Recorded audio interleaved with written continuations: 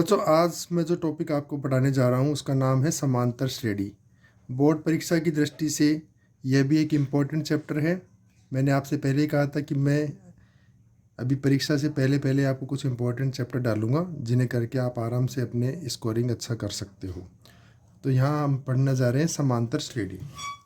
जैसा कि नाम से ही पता लग रहा है कि समान प्लस अंतर, समान प्लस अंतर से जो श्रेणी बनती है उसको हम कहते हैं समांतर श्रेणी। ठीक है, तो ये इस प्रकार से बनती है। ऐसी संख्याओं जिनमें अंतर समान हो, जैसे मान लीजिए पहली संख्या है 2, उसके बाद हमने लिख दी 4, फिर लिख दी 6, फिर लिख दी 8। तो यहाँ पर आप देख रहे हो कि सभी संख्याओं में अंतर आ रहा है 2-2 का। कितना अंतर आ रहा है? 2-2 का। अंतर कैसे निकालते हैं?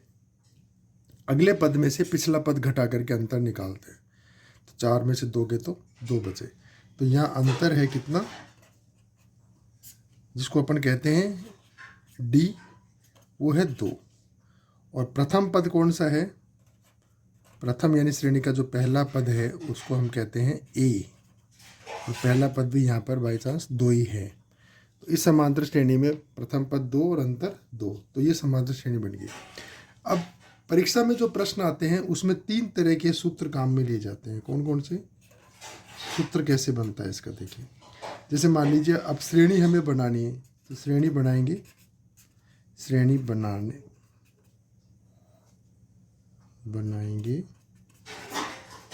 कैसे? पहले सबसे पहले ए पद आ जाएगा, ये हो गया अपना प्रथम पद A1 जिसका नाम ए है। ठीक है, फिर दूसरा पद जिसको मैंने A2 कह दिया मान लीजिए, तो वो हमारा कब आएगा? जब हम ए में डी जोड़ेंगे। क्या जोड़ेंगे? डी। तो ए प्लस डी हो गया। फिर इसी प्रकार से तीसरा पद समांतर श्रेणी का वो कब आएगा? जब हम ए में डी में फिर एक डी और जोड़ देंगे, 2 डी हो गए। ठीक है, इस प्रकार से आगे चलते चलते हमारे एनवा पद आएगा जिसको कहते हैं हम ए एन। ठीक है, तो एनवा पद जब आएगा तो देखिए सूत्र के अनुसार अगर चलते जाएं हम आगे, तो ए तो आएगा ही, प्रथम पद तो आएगा ही। अब यहाँ पे पहला, दूसरा, तीसरा, तीसरे पद में डी के साथ किससे गुणा हो रहा है? 2 से। तो इसका मतलब एनवें पद में गुणा होगा, 1 कम कर दो, n-1 और इंटू डी, यानी 2 की जगह अगर तीसरा पद है तो 2 आ रहे हैं, दूसरा पद है तो 1 डी आ रहा है। ठीक है, पहला पद है तो 0 डी आ रहा है। ठीक है, तो एनवा पद है तो n-1 डी आएगा, यानी कि 1 कम हो जाएगा। तो इस प्रकार से हमारा एनवें पद का जो सूत्र है वो ये बन जाता है। तो पहला सूत्र यही है, नंबर 1। ठीक है, अगले सूत्र के लिए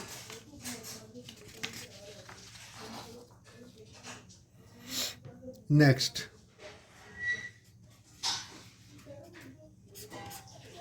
सूत्र होता है हमारा योग ज्ञात करने का। श्रेणी के विभिन्न पदों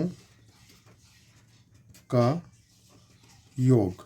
ठीक है, अब ये श्रेणी हो गई। जैसे मान लीजिए 2, 4, 6, 8 इस प्रकार से है। ठीक है, 10 पदों का योग, 10 पदों का योग हमें ज्ञात करना है, योग ज्ञात करना है। तो इसके लिए सूत्र होगा, सूत्र नंबर 2 है ये। इसको कहते हैं, योग को हम कहते हैं सम कहते हैं अंग्रेजी में, तो एस आ जाएगा। और n पदों का ज्ञात करें तो उसको SN बोलेंगे। SN बराबर n/2।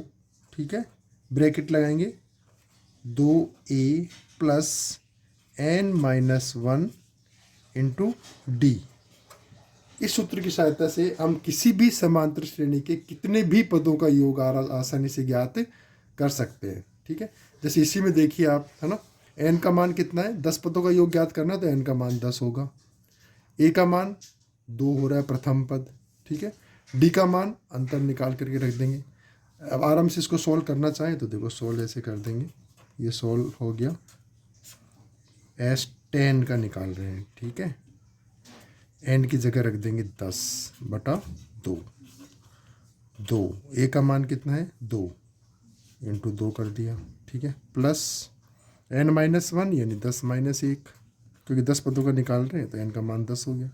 d का मान कितना है? 4 में से 2 गए 2, 6 में से 4 गई 2, यानी कि अंतर हमारा 2 ही है। 2 से गुणा कर देंगे तो सवाल सोल्व हो गया आपका। 10 में 2 का भाग देंगे तो 5 आ जाएगा। 2 दूनी 4 प्लस 10 में से 11, 9 दूनी 18, ठीक है। 5 इंटू 18 और 4 कितने हो गए 22। 22 को 5 से गुणा किया तो 110, यानी कि इस श्रेणी के 10 पदों का योग आ जाएगा 110। ये आंसर हो जाएगा। इस प्रकार से आप छोटे मोटे क्वेश्चन हल कर सकते हो, ठीक है। एनवा पद ज्ञात करना है, एनवा पद ज्ञात कर सकते हो। सूत्र का एक और सूत्र है अपने पदों का योग ज्ञात करने का, एस एन बराबर ए प्लस एन बटा 2, सॉरी वही एन बटा 2 into A plus A N. यानी अगर आपको एनवा पद ज्ञात हो तब भी अपन पदों का योग ज्ञात कर सकते हैं। इसमें भी वही लगेगा, 10 पदों को ज्ञात कर, एन का मान 10 रख देंगे, प्रथम पद श्रेणी का जो होगा वो रख देंगे, और ए एन का मतलब होता है अंतिम पद। ए एन बराबर अंतिम पद जो आपको दिया जाएगा, जैसे सवाल में जो भी, जैसे मान लीजिए अंतिम पद मैंने इस श्रेणी का आगे चल चलते 8 के बाद में मैंने मान लीजिए यहाँ पर दे दिया 20 दे दिया, तो 20 अंतिम पद होगा। तो उस अंतिम पद और प्रथम पद को जोड़ लेंगे, एन से गुणा करके 2 का भाग दे देंगे। तो इस प्रकार से भी हम किसी श्रेणी के पदों का योग ज्ञात कर सकते हैं। फिर इसके बाद यदि मध्य पद निकालना हो, मध्य पद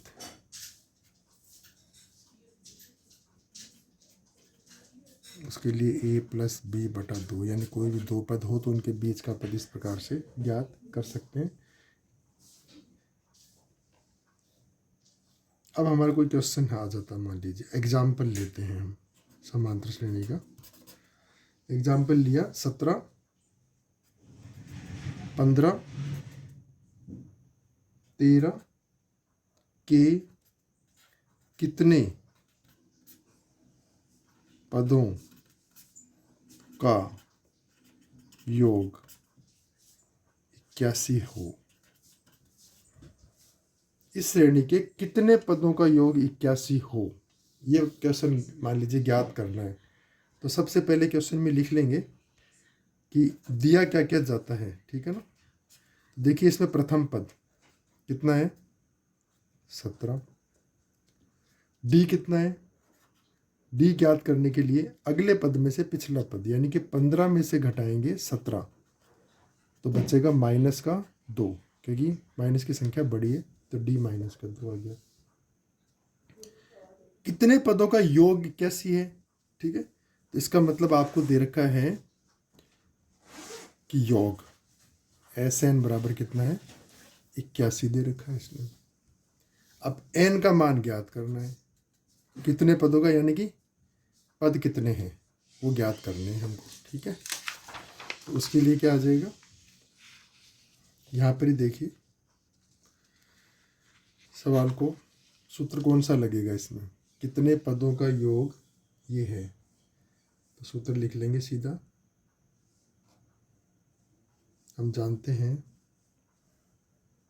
एस एन बराबर एन बटा 2,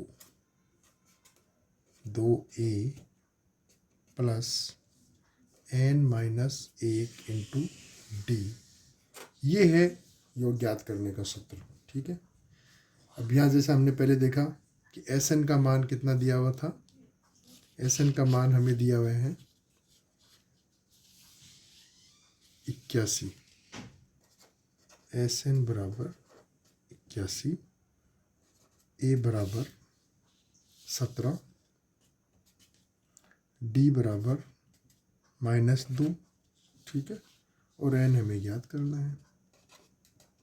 तो लगा देंगे मान रखने पर, मान रखने पर इसी सूत्र में एस एन के स्थान पर रख देंगे 81, इसी सूत्र में 81 बराबर का चिन्ह, एन का मान हमें पता नहीं है, नीचे 2 आ जाएंगे। फिर सूत्र के अंदर आ रहा है 2 गुणा ए का मान कितना है 17, प्लस का चिन्ह, एन का मान पता नहीं, n -1, और डी का मान कितना है 2। माइनस है इसलिए मैंने ब्रैकेट में लिखा है, इस ब्रैकेट के साथ ब्रैकेट लगाया है क्योंकि माइनस की संख्या है। ठीक है, अब बच्चों आप क्या कर सकते हो, ये जो 2 इधर भाग लग रहे हैं ये तो इधर जा करके समीकरण में नियम होता है, बराबर के चिन्ह के उस तरफ जाएंगे तो भाग वाली संख्या उधर गुणा होगी। 81 × 2 बराबर n बाहर रहेगा, ये हो गया 17 दूनी 34 प्लस ये ब्रैकेट भी खुलेगा, -2 को n से गुणा करेंगे -2n। ठीक है, -2 को -1 से गुणा करेंगे तो +2 हो जाएंगी। ठीक है, फिर आगे चलो 81 × 2 कितने होते हैं, गुणा कर देते हैं। 81 × 2 रहने दो इस लाइन में, n 34 + 2 कितने हो गए 36। ठीक है, 36 - 2n। अब 81 को 2 से गुणा कर दिया, 2 × 2 = 8 162 आ गए। इधर आपके हो गया 36n और इधर हो गया 2n को n से गुणा करेंगे -2n 2 बार आ गया इसलिए n²। ठीक, सबको इधर ले लो, ये माइनस की संख्या इधर बराबर के इस तरफ आएगी, प्लस हो जाएगी 2n²। ये इधर आएगी 36, माइनस की हो जाएगी 36n। ये पहले से इधर पड़ा है 162, अब उधर कुछ नहीं बचा तो बराबर 0। अब हमारे पास ये समीकरण आ गया जो कि एक द्विघात समीकरण है। ठीक है, द्विघात समीकरण को हल करने के कई तरीके हैं अपने पास। इसमें एक काम और कर सकते हैं कि यहाँ पूरे समीकरण में 2 का भाग जा सकता है, इसलिए यहाँ पे लिख देंगे समीकरण में 2 का भाग देने पर, तो देखो 2 का भाग देखो तो 2 हट जाएगा, ये हो जाएगा n²।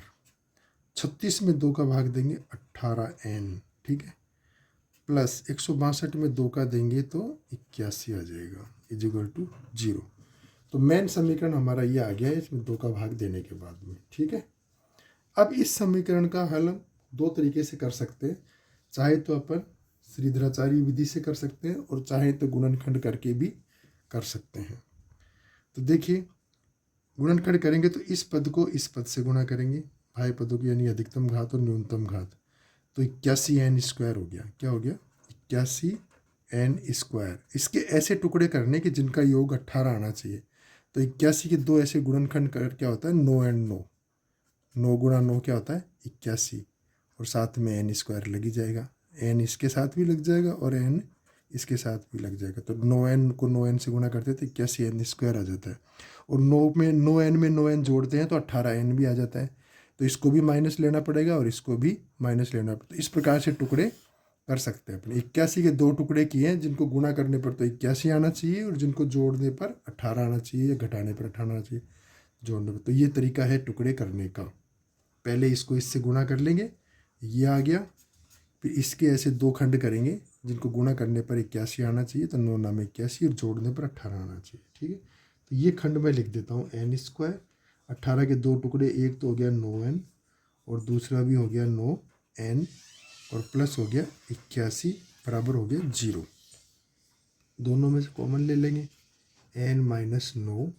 ठीक है, इधर माइनस का 9 कॉमन लेंगे। ठीक है, तो n बचेगा और माइनस का भाग प्लस में देंगे तो माइनस का 9 आएगा।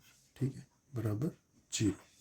ये दोनों में कॉमन आ रहा है तो इसको एक जगह ले लेंगे, n - 9। पहला गुणनखंड ये हो गया और दूसरा भी n - 9 ही हो गया, बराबर क्या आ गया 0। ठीक है, अब इन दोनों गुणा करने पर क्या आ रहा है 0। इसका मतलब या तो ये 0 है या फिर ये 0 है, दोनों में से एक गुणनखंड 0 है, तभी तो 0 से गुणा करने पर 0 आ रहा है। किसी भी संख्या को 0 से गुणा करते हैं तो 0 आता है। इसका मतलब या तो ये संख्या 0 है या फिर ये संख्या है। तो इसलिए हम लिख देते हैं n - 9 बराबर 0 यदि, पहला दूसरा भी यही है, इसलिए n बराबर क्या हो जाएगा, पक्षांतरण कर दिया 9, यानी कि n का मान कितना आ गया 9। तो वो पद कौन सा है, पद है 9वां पद है जिसके 9 पदों का योग 81 होता है। तो इस प्रकार से हमारा ये क्वेश्चन पूरा सॉल्व हो जाता है।